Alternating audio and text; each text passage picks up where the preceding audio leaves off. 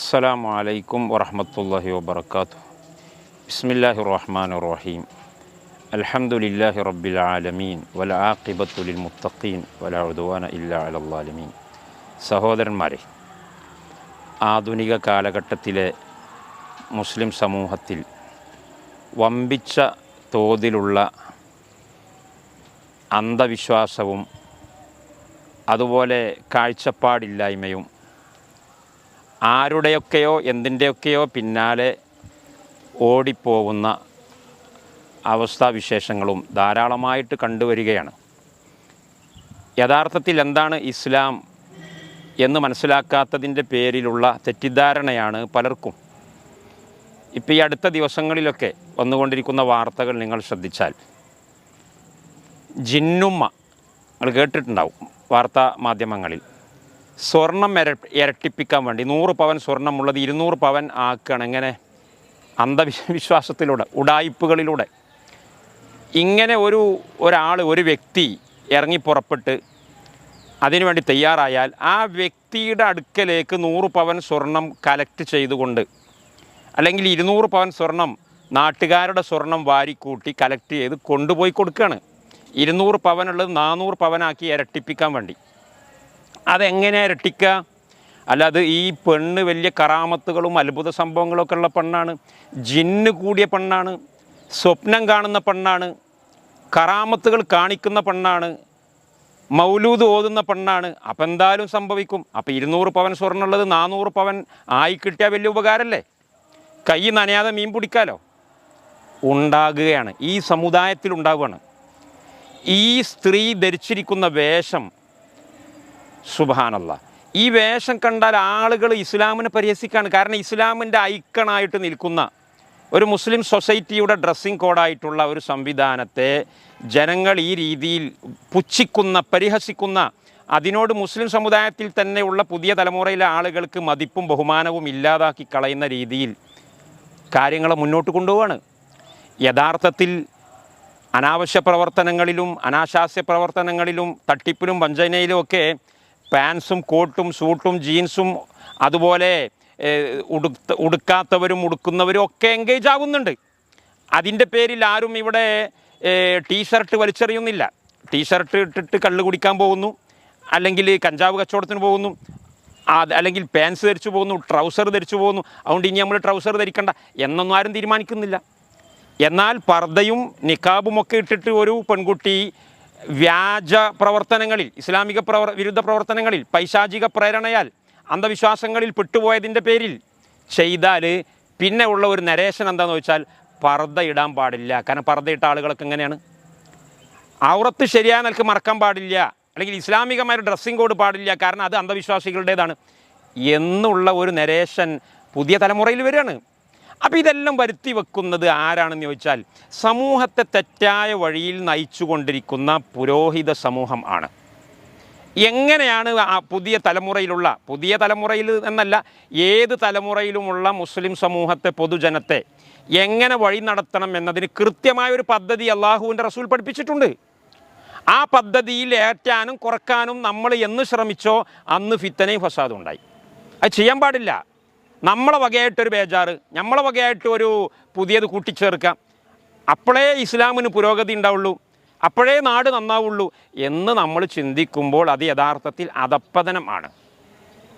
ഇസ്ലാമിൽ ഉള്ളതുപോലെ പറയുക, പഠിപ്പിക്കുക, അത് ചെയ്യുക, അത് പുതിയ തലമുറയോടും അല്ലാത്ത തലമുറയോടും ചെയ്യിപ്പിക്കുക, അങ്ങനെ അവരെ മുന്നോട്ട് കൊണ്ടുപോവുക.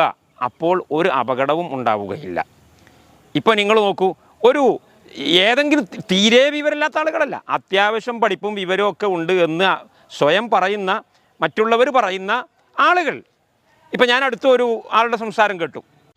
ഈ പരിശുദ്ധ ഇസ്ലാമിനെ, ഈ ആദർശത്തെ, അതിനെ നമ്മൾ കൊണ്ടുപിടിക്കുകയും, എന്നാൽ അതിൻ്റെ എല്ലാം അന്തസാരം എന്ന് പറയുന്നത്, ഞാൻ ചുരുക്കുന്നു, അതിൻ്റെ ഉള്ളിലുള്ള ആത്മീയത എന്ന് പറയുന്ന, സൂഫിസം എന്ന് പറയുന്ന അതിൻ്റെ നീരാണ്, അതിൻ്റെ ചൈതന്യമാണ്.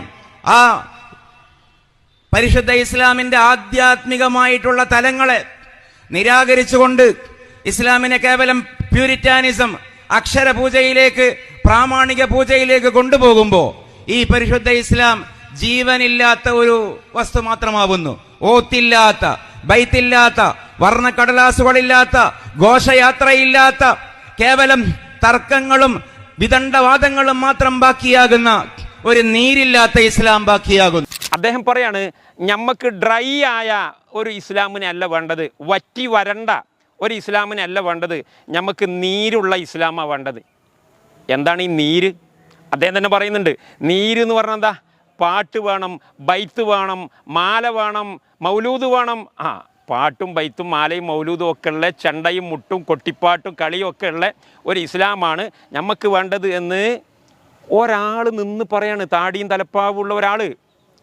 എന്നിട്ട് ഒരു സമൂഹത്തെ ഉറക്കിക്കടത്താൻ, ഒരു സമൂഹത്തെ മയക്കിക്കടത്താൻ വേണ്ടി നിഗൂഢ പദ്ധതികൾ ഉണ്ടാക്കുക, എന്നിട്ട് അതിനെതിരെ വിമർശിച്ച് സംസാരിക്കുന്ന, നിങ്ങൾ അങ്ങനെയുള്ള നീരാട്ടത്തിന് പോവരുത്, നിങ്ങൾ കൊട്ടിപ്പാട്ടിനും മുട്ടിപ്പാട്ടിനും ജനങ്ങളെ മയക്കിക്കടത്താനുള്ള പദ്ധതികൾ കൊണ്ടുവരരുത്, നിങ്ങൾ ഖുർആനും സുന്നത്തും അനുസരിച്ച് ജീവിക്കണം, ഖുർആനിലും സുന്നത്തിലുമുള്ള ദിക്റുകളും ദുആകളും എപ്രകാരമാണോ ചെയ്യേണ്ടത് അപ്രകാരം ചെയ്താൽ മതി, ഒറ്റക്ക് ചെയ്യേണ്ടത് ഒറ്റക്ക്, പതുക്കെ ചെയ്യേണ്ടത് പതുക്കെ, ഉറക്കെ പറയേണ്ടത് ഉറക്കെ, കൂട്ടത്തിൽ പറയേണ്ടത് കൂട്ടത്തിൽ, എങ്ങനെയാണോ അള്ളാഹുവിൻ്റെ റസൂൽ പഠിപ്പിച്ചിട്ടുള്ളത് അതുപോലെ ചെയ്താൽ മതി, അങ്ങനെയാണ് ചെയ്യേണ്ടത്, അതാണ് സുന്നത്ത്, അതല്ലാത്തത് ബിദ്അത്താണ് എന്ന് പറയുമ്പോൾ ഓലെ പറ്റി പറയും, ഇത് ഉണങ്ങിയ വറ്റി വരണ്ട ഡ്രൈ ആയ മരുഭൂമി പോലെയായ ഇസ്ലാമാണ്, ആ ഇസ്ലാം ശരിയല്ല, നമുക്ക് നീരുള്ള ഇസ്ലാം വേണം, കൊട്ടാനും മുട്ടാനും പാടാനും ഉറങ്ങാനും ഉറക്കാനും മയക്കാനും പറ്റിയ ഇസ്ലാമിലേക്കാണ്